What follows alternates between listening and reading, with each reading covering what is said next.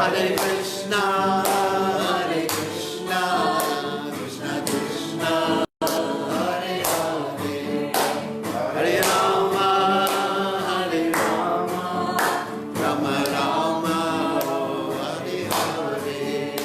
Hare Krishna, Hare Krishna, Krishna Krishna, Hare Hare, Hare Rama, Hare Rama, Rama Rama, Hare Hare.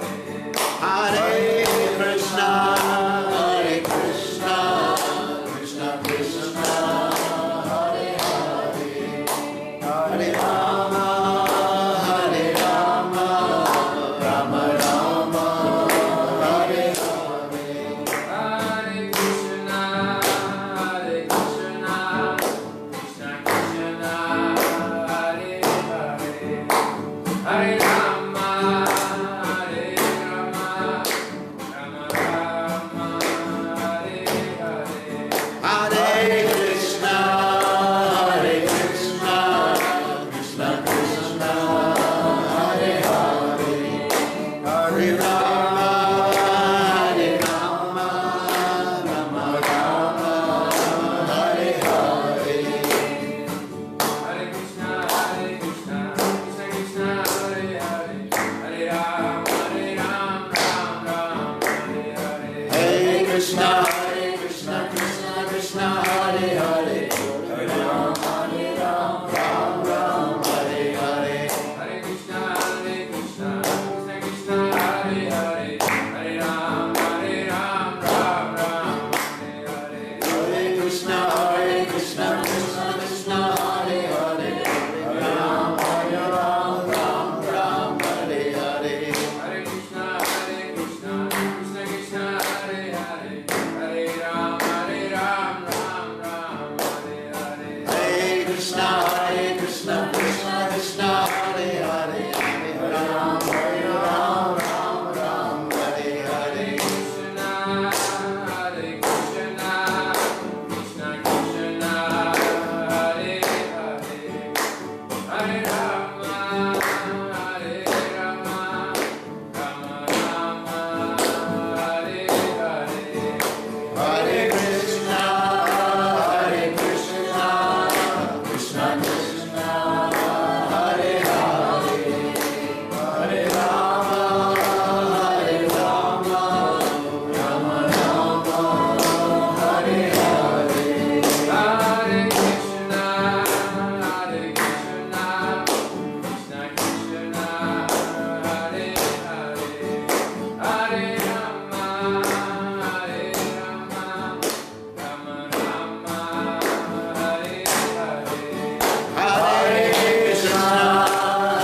Krishna, Krishna Krishna, Hare Hare, Hare Rama, Hare Rama, Rama Rama, Hare Hare. Jaya Prabhupada, Jaya Prabhupada, Jaya Prabhupada, Srila Prabhupada. Jaya Prabhupada, Prabhupada, Prabhupada, Srila Prabhupada. Jai Gaur Premananda. All glory is the assembled devotees, all glory is the assembled devotees. All glory is the assembled devotees. All glories to Shri Guru and Gauranga Srila Prabhupada Ki Jai. That was nice. Just give me a good old guitar and everything like that. Somehow or other, I don't really like cartels. You know, whenever I'm getting ready to die, just pull out your guitar and sing Hare Krishna. Isn't it? Anyway. Hopefully Krishna doesn't send you Madhavendra Puri. What do you mean Madhavendra Puri? What's his name? Oh, No. Not Madhavendra Puri. What's his name? The one who wanted to preach to Guru and tell him that cartels are good for him. Oh, yeah, Ramchandra Puri. Ramchandra Puri.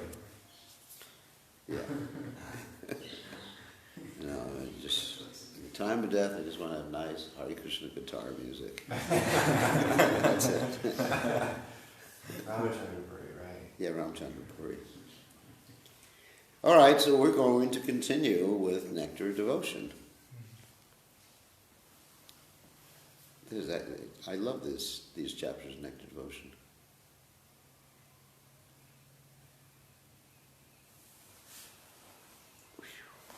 Okay, we're just finishing up the chapter. So, Om Gana Timiranda Shah Gananjana Shlakaya Chakshur Melikam Yena Tasmai Shigurve Namaha. So, we're finishing up the chapter about the Bhavas, Ashtashatvika Bhavas.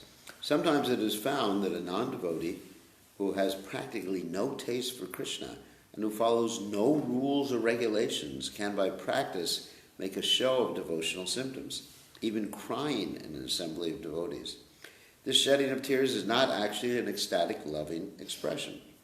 However, it is done simply by practice. Although there is no need to describe these reflections of ecstatic love, Rupa Goswami gives some instances where there is no actual devotional service, and such expressions are manifested. So, here we go with the Brahmachari Bhavas, which are the really intense ones. There are some bodily symptoms, chapter 29, expressions of love for Krishna. There are some bodily symptoms which express overwhelming ecstatic love. They are counted at 31. Actually, Vishwanath Chakravarti Thakur elsewhere says 33, but anyway, they're ecstatic. As follows: disappointment, lamentation, humility, guilt, fatigue, intoxication, pride, doubt, apprehension, intense emotion, madness, forgetfulness, disease, confusion, death, laziness, inertness, bashfulness, concealment, remembrance, argumentiveness, anxiety, thoughtfulness, endurance, happiness, eagerness, haughtiness, envy, impudence, dizziness, and alertness. These are really contradictory symptoms. When one is forced to act in a way which is forbidden, or to refrain from acting in a way that is proper, he becomes regretful and thinks himself dishonored. At that time, there's a sense of disappointment. In this kind of disappointment, one becomes full of anxiety, sheds tears, changes bodily color, feels humility, and breathes heavily. Here's an instance. When Krishna, in punishing the Kaliya serpent, appeared to have drowned himself in the poisonous water of the Yamuna, Nanda Maharaj addressed Yashoda Devi thusly: "My dear wife, Krishna has gone deep into the water, and so there is no longer any need to maintain our bodies, which are so full of sinful activities. Let us also enter into the poisonous water of the Yamuna and compensate for the sinful activities of our lives." This is an instance of severe shock where the devotee becomes greatly disappointed. When Krishna left Vrindavan, Subal, his intimate friend, decided to leave also. While leaving, Subal was contemplating that without Krishna there was no longer any pleasure to be found in Vrindavana. The analogy is given that as the bees go away from a flower that has no honey, so Subal left Vrindavan when he found there was no longer any relishable transcendental pleasure there. In the Dana Keli Komodi, Srimati Radharani addresses one of her friends in this manner: "My dear friend, if I cannot hear of the glorious activities of Krishna, it is better for me to become deaf. And because I am now unable to see him, it would be good for me to be a blind woman."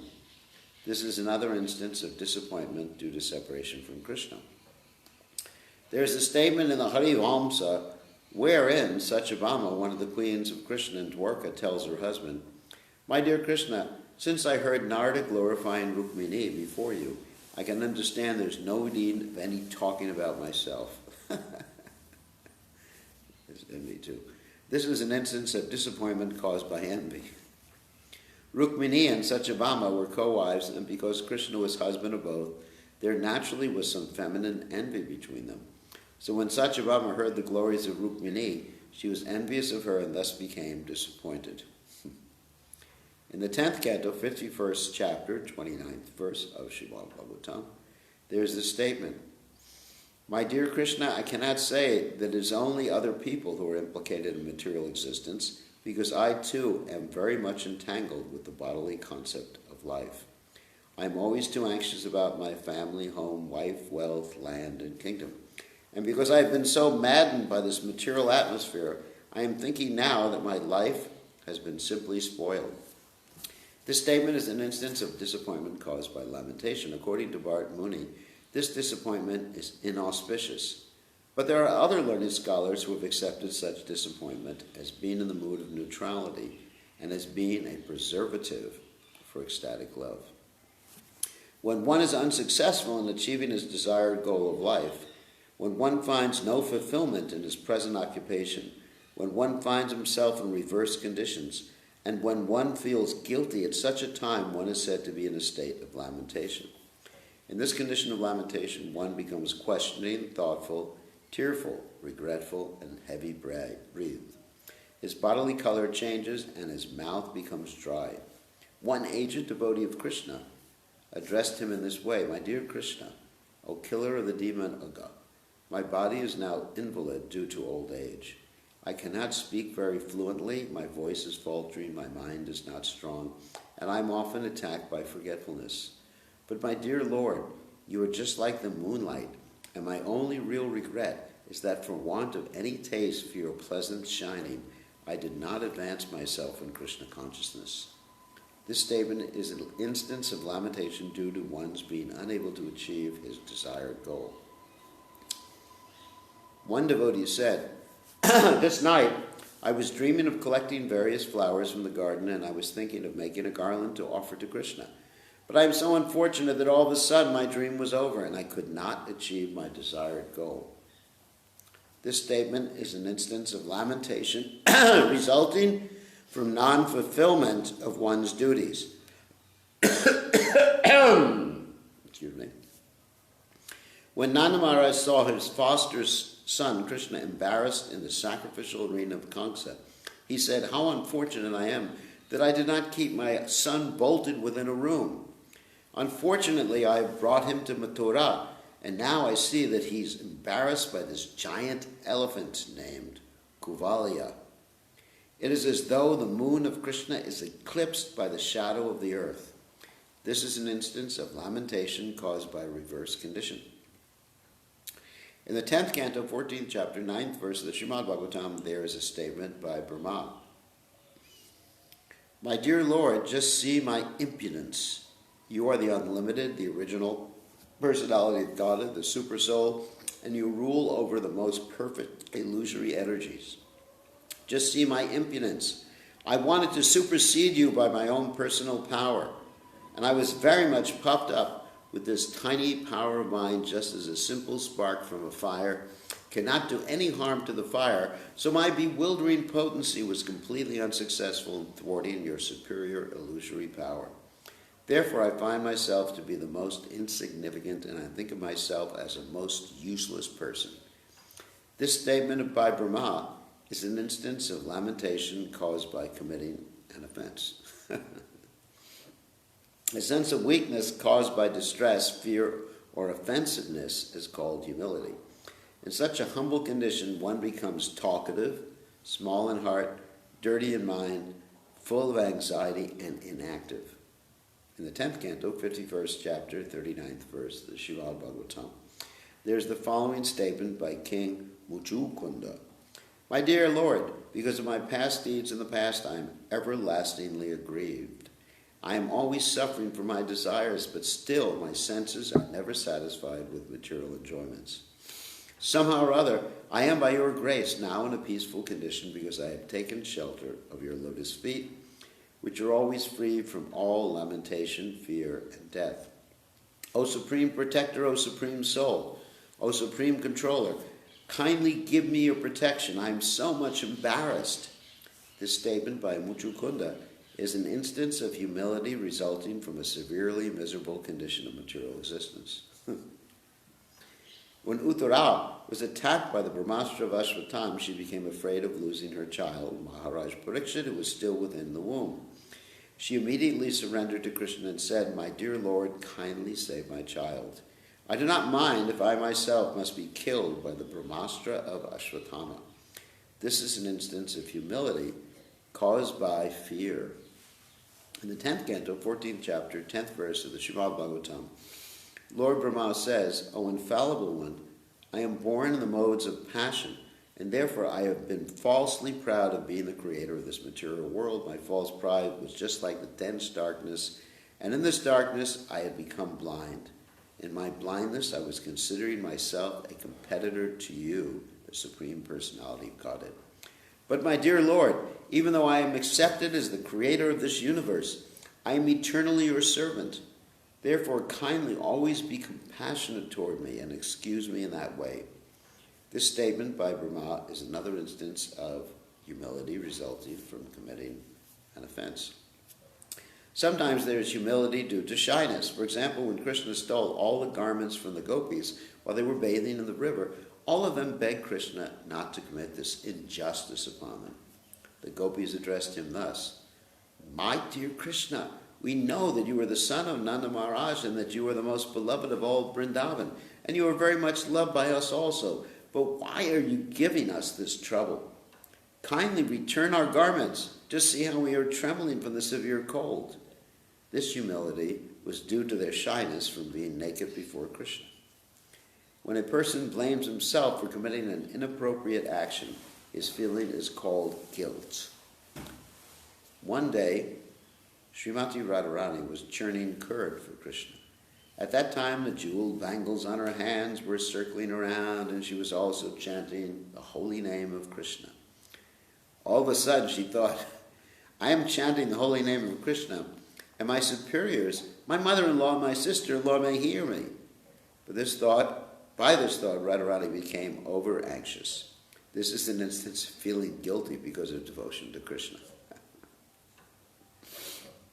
One day, the beautiful-eyed Srimati Radharani entered into the forest to collect some flowers to prepare a garland for Krishna. While collecting the flowers, she became afraid that someone might see her, and she felt some fatigue and weakness. This is an instance of guilty feelings caused by labor for Krishna. There's a statement in the Rasa Sudhakara that after passing the night with Krishna, Radharani became so weak that she was unable to get up from bed. When Krishna took her hand to help her, Radharani felt guilty about having passed the night with him. One feels fatigue after walking a long distance, after dancing, and after sex activity. In this kind of fatigue, there is dizziness, perspiration, inactivity of the limbs, yawning, and very heavy breathing. One day, Yashoda was chasing Krishna in the yard after he had offended her. After a while, Yashoda became very fatigued, and therefore she was perspiring and her bunched hair became loosened. This is an instance of becoming fatigued because of working too much. Sometimes all the cowherd friends of Krishna, along with Balaram, danced together in some ceremony.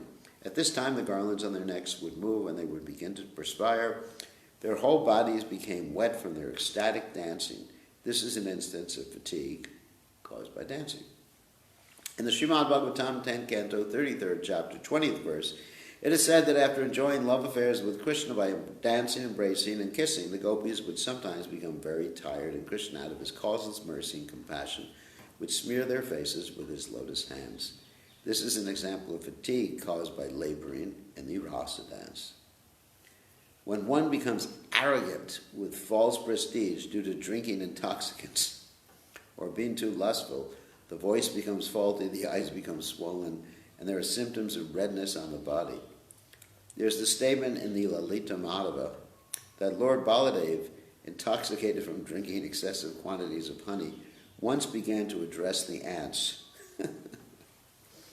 "Oh, you kings of the ants, why are you hiding yourselves in these holes?" At the same time, he also addressed the king of heaven.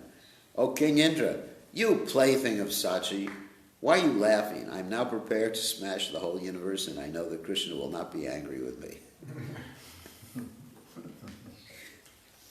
Then, just skipped. Then he addressed Krishna. "My dear Krishna, Tell me immediately why the whole world is trembling and why the moon has become elongated. And you members of the Yadu dynasty, why are you laughing at me? Please give me back my liquors made of honey from the Kadamba flower. Srila Rupa Goswami prays that Lord Balaram will be pleased with all of us while he was thus talking just like an intoxicated person. In this state of intoxication, Balaram felt tired and lay down for rest. Generally, those who are exalted personalities lie down when they feel intoxicated. Whereas those, so you can tell if you're elevated or exalted when you smoke. So anyway, whereas those who are mediocre laugh and sing during intoxication, and those who are lowly use vulgar language and sometimes cry. Such intoxication is manifested according to different ages and mentalities. Srila Rupa Goswami does not describe further in this direction because there is no necessity for such a discussion. There is another description of the symptoms of intoxication in the person of Srimati Radharani after she saw Krishna. Sometimes she was walking hither and thither, sometimes she was laughing, sometimes she was covering her face, sometimes she was talking without any meaning, and sometimes she was praying to her associate gopis. Seeing these symptoms in Radharani, the gopis began to talk among themselves. Just see how Radharani has become intoxicated simply by seeing Krishna before her. This is an instance of ecstatic love and intoxication. Expressions of ecstatic love and pride may be the result of excessive wealth, exquisite beauty, a first-class residence, or the attainment of one's ideal goal. One is also considered to be proud when he does not care about the neglect of others. Bilvamangal Thakur said, "My dear Krishna, you are leaving me forcibly, getting out of my clutches, but I shall be impressed by your strength only when you can forcibly go from the core of my heart." This is an instance of feeling pride and ecstatic love for Krishna. Once during the Rasa dance, when Radharani left the arena and Krishna went out to seek her, one of the dear friends of Radharani addressed Krishna thusly, "My dear Krishna, you have been very much obliging in serving the form of our Sri Radharani, and now you have left all the other gopis to search for her. Please allow me to inquire how you want her to treat you." This is an instance of feeling pride on account of exquisite beauty. Sometimes Radharani felt pride within herself and said, "Although the cowherd boys prepare nice flower garlands for Krishna, when I present my garland to him, he becomes struck with wonder and immediately accepts it and puts it on his heart." Similarly, in the 10th canto, 2nd chapter, 27th verse of Srimad Bhagavatam, Lord Brahma says, "My dear Madhusudana, persons who are pure devotees of your lordship actually feel your ecstatic friendship, and as such they are never vanquished by enemies. They know that they are always protected by you, and so they can matter-of-factly pass over the heads of their enemies without any care." In other words, one who has taken complete shelter under the lotus feet of Krishna is always proud of being able to conquer all enemies. Wow. This is ecstatic. One weaver at Mathura addressed Krishna in this way, "Oh, my dear king of Vrindavan, I have become so proud of your causeless mercy upon me that I do not even count upon the mercy of the Lord of Vaikuntha, which is sought after by many great sages in deep meditation." In other words, although the yogis and great sages sit in meditation upon Lord Vishnu, who is residing in Vaikuntha, a devotee of Krishna is so proud that he does not consider such meditation to be very valuable. This feeling of pride is due to one's having achieved the highest goal of life, Krishna. Still got 2 more minutes. Still captive for 2 more minutes. After that, you got to fulfill your end of the bargain. So, after Lord Brahma had stolen all the cows and cowherd boys from Krishna, he was trying to go far away. But all of a sudden he became doubtful about his stealing affairs and began to watch on all sides with his 8 eyes.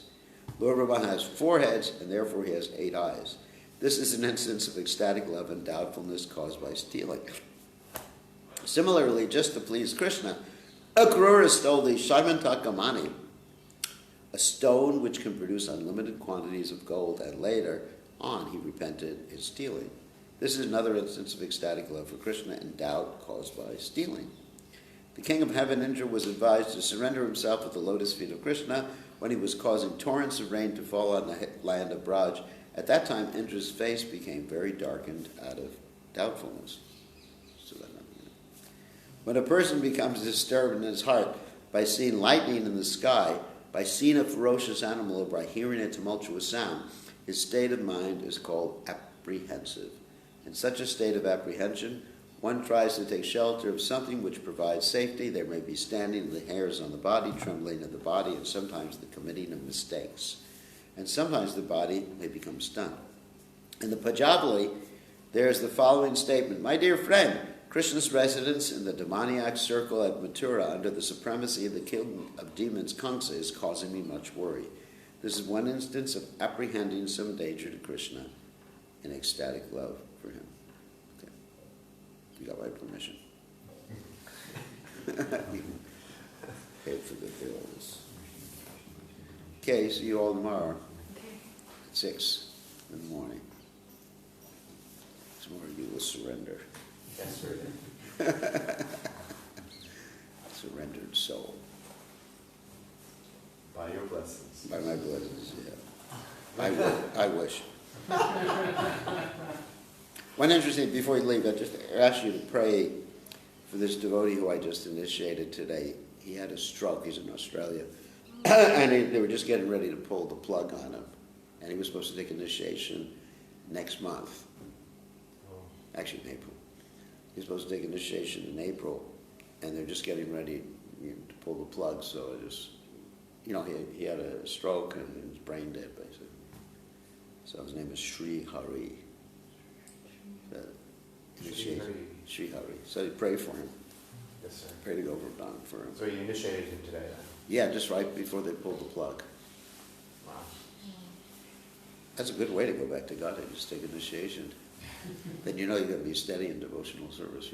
No offenses. What? Never commits any Never offenses. commit any offenses, steady in devotional service. Never eating food cooked by non-devotees, nothing. Shy every day. Anyway, so we should pray for him. Yes. Whew, what a shock. Anyway, he's a nice devotee, and then he was supposed to take initiation. And he did. But we didn't have a fire sacrifice. All right. When Vrishashura appeared in Vrindavan as a bull, all of the gopis became greatly affected with fear. Vrishashura. Being perturbed in that way, they began to embrace the tamal trees. This is an instance of fearfulness caused by a ferocious animal and of the search for shelter while remembering Krishna in ecstatic love. Upon hearing the jackals crying in the forest of Vrindavan, Mother Yashoda sometimes became very careful about keeping Krishna under her vigilance, fearing that Krishna might be attacked by them. This is an instance of ecstatic love for Krishna and fearfulness caused by tumultuous sound. This kind of fearfulness is a little different from being actually afraid. When one is afraid of something, you can still think of past and future. But when there is this kind of ecstatic apprehension, there's no scope for such thinking.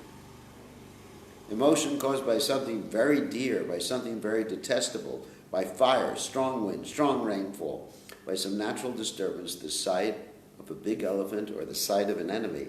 When there is emotion caused by seeing something very dear, one can speak very swiftly and use kind words. When there is emotion caused by seeing something detestable, one cries very loudly. When there's emotion caused by seeing fire, one tries to fly away. There also may be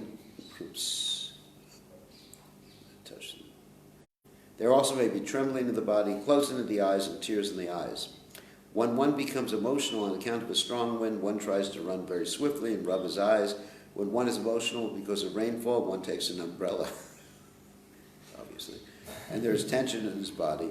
When there is emotion due to a sudden disturbance, one's face becomes discolored, one becomes struck with wonder, and there is trembling in the body. If there is emotion from seeing an elephant, one may jump, show various signs of fearfulness, and sometimes one may keep looking behind him. When there is emotion due to the presence of an enemy, one looks for a fatal weapon and tries to escape.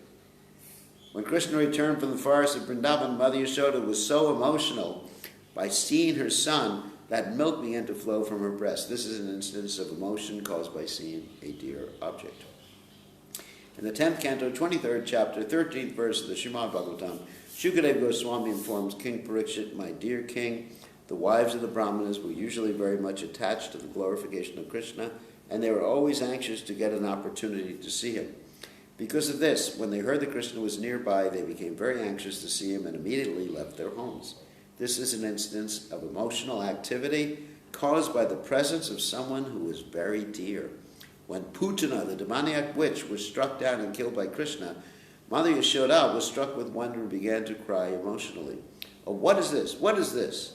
When she saw that her dear baby Krishna was playing on the chest of that dead demoniac woman, Mother Yashoda was at a loss of what to do, began to walk this way and that way.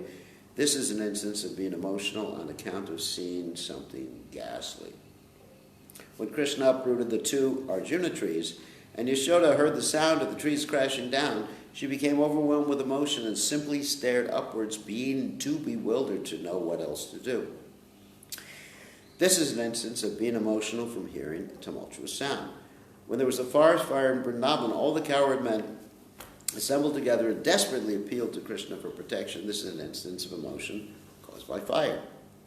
The whirlwind demon known as Trinavarta once carried Krishna off from the ground and blew him around along with some very big trees. At that time, Mother Yashoda could not see her son, and she was so disturbed that she began to walk this way and that. This is an instance of emotion caused by severe wind. In the 10th canto, 25th chapter, 11th verse of the Srimad Bhagavatam, there is a description of Indra's causing severe torrents of rain in Vrindavan. All the cows and cowherd boys became so afflicted by the wind and cold that they all gathered together to take shelter under the lotus feet of Krishna. This is an instance of emotion caused by severe rainfall. There were severe torrents of hail when Krishna was staying in the forest in Vrindavan, and the elderly persons bade him, "Krishna, don't you move now. Even persons who are stronger and older than you cannot move, and you are just a little boy. Please stay still." This is an instance of emotion caused by heavy hailing. When Krishna was chastising Kali and the poisonous water of the Yamuna, Mother Yashoda began to speak emotionally. "Oh, see how the earth appears to be trembling. There appears to be an earth tremor, and in the sky tears are flying here and there." Tears are flying here and there. "My dear son has entered into the poisonous water of the Yamuna. What shall I do now?" This is an instance of emotion resulting from a natural disturbance. In the arena of Kamsa, when Krishna was attacked by big elephants, all of the ladies present there began to address him in this way. "My dear boy, please leave this place immediately. Please leave this place immediately. Don't you see the big elephants coming to attack you? Your innocent gazing upon them is causing us too much perturbation." Krishna then told Mother Yashoda, "My dear mother, don't be perturbed by the appearance of the elephants and the horses that are so forcibly coming and raising dust, causing blindness to these lotus-eyed women. Let even the Keshi demon come before me. My arms will be adequate for victory. So please don't be perturbed." In the Lalita Madhava, a friend tells Mother Yashoda how wonderful it is that when the Shankachuta demon, vast and strong as a great hill, attacked your Cupid-like beautiful son, there was no one present in Vrindavan to help, and yet the demon was killed by your little son.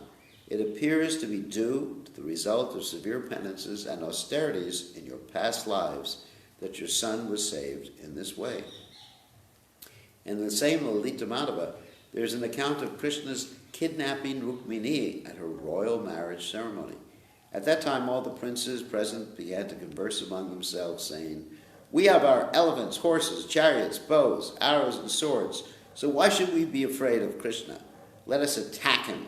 He is nothing but a lusty, coward boy. He cannot take away the princess in this way. Let us all attack him." This is an instance of emotion caused by the presence of enemies. Srila Rupa Goswami is trying to prove by the above examples that in relationship with Krishna there is no question of impersonalism. All personal activities are there in relationship with Krishna. Bilvamangal Thakur prays in his book as follows: "Let Srimati Radharani purify the whole world because she has surrendered herself completely unto Krishna. Out of her ecstatic love for him, she sometimes acted like an adult person and attempted to churn curd, although there was no curd in the pot. And seeing this, Krishna became so enchanted by Radharani that he began to milk a bull instead of a cow." These are some of the instances of insanity or madness in connection with the love affairs of Radha and Krishna. In the Srimad Bhagavatam, it is said that when Krishna entered the poisonous waters of the Yamuna, Srimati Yashoda Devi went insane. Instead of searching for curative herbs, she began to speak to the trees as if they were snake charmers. With folded hands, she began to bow down to the trees, asking them, "What is the medicinal herb which can check Krishna's dying from this poisonous water?" This is an instance of insanity caused by some great danger. How a devotee can be in a state of insanity because of ecstatic love is described in the 10th canto, 30th chapter, 4th verse of Srimad Bhagavatam, where the gopis were searching for Krishna in the forest of Vrindavan. The gopis were loudly singing the glories of Krishna and wandering from one forest to another in search for him. They knew that Krishna is not localized but all-pervading. He is in the sky, he is in the water, he is in the air, and he is the super soul in everyone's heart. Thus the gopis began to inquire from all kinds of trees and plants about the Supreme Personality of Godhead. This is an instance of ecstatic madness on the part of devotees. Similarly, there are symptoms of diseases caused by ecstatic love. This condition is credited by learned scholars as Mahabhava. A highly elevated condition is also called Divyomada, or Transcendental Madness. When Krishna was absent from Vrindavan and was staying in Mathura, Srimati Radharani sent news to him that his mother, the queen of Braj, was feeling so much separation from him that there was foam coming out from her mouth, like the foam on the shores of the ocean. And sometimes she was raising her arms like the waves of the ocean because of her intense feelings of separation. And she was rolling on the ground and creating a tumultuous, roaring sound. And sometimes she was remaining completely silent like a calm sea. These symptoms of separation from Krishna are called apasmada, or forgetfulness. One completely forgets his position when he manifests these symptoms in ecstatic love. Another message was once sent to Krishna informing him that after he had killed Kamsa, one of Kamsa's demon friends had gone insane. This demon was foaming at the mouth, waving his arms and rolling on the ground. This demoniac demonstration is in relationship with Krishna in a ghastly humor. This mellower flavor is one of the indirect relationships with Krishna. The first 5 kinds of relationships are called direct, and the other 7 are called indirect. Some way or other, the demon must have had some relationship with Krishna, because these symptoms developed when he heard that Krishna had already killed Kamsa. Srila Rupa Goswami remarks, there's also a transcendental excellence in this kind of symptom. When Krishna was absent from Vrindavan and was staying in Mathura, some of his friends informed him, "Dear Krishna, because of their separation from you, the inhabitants of Braj are so afflicted that they appear to be diseased. Their bodies are feverish and they cannot move properly. They are simply lying on the ground and breathing heavily." In the 10th canto, 12th chapter, 41st verse of the Srimad Bhagavatam, Maharaj Parikshit asked about Lord Ananta, and after hearing his question, Shukadeva Goswami began to show symptoms of collapsing. Yet he checked himself and answered King Parikshit's questions in a mild voice. This collapsing condition is described as a feverish state resulting from ecstatic pleasure. There is another statement in the Srimad Bhagavatam telling of the damsels of Braj meeting Krishna at the sacred place of Kurukshetra many years after their childhood pastimes. When they met at that sacred place, all the gopis became stunned by the occurrence of a solar eclipse. Their breathing, blinking of the eyes, and all similar activities stopped, and they stood before Krishna just like statues. This is another instance of a disease condition resulting from exuberant, transcendental pleasure. So that's the end of chapter 29. Is there any questions? Yeah. It said that one of the symptoms of humility was dirty of mind. Dirtiness of mind.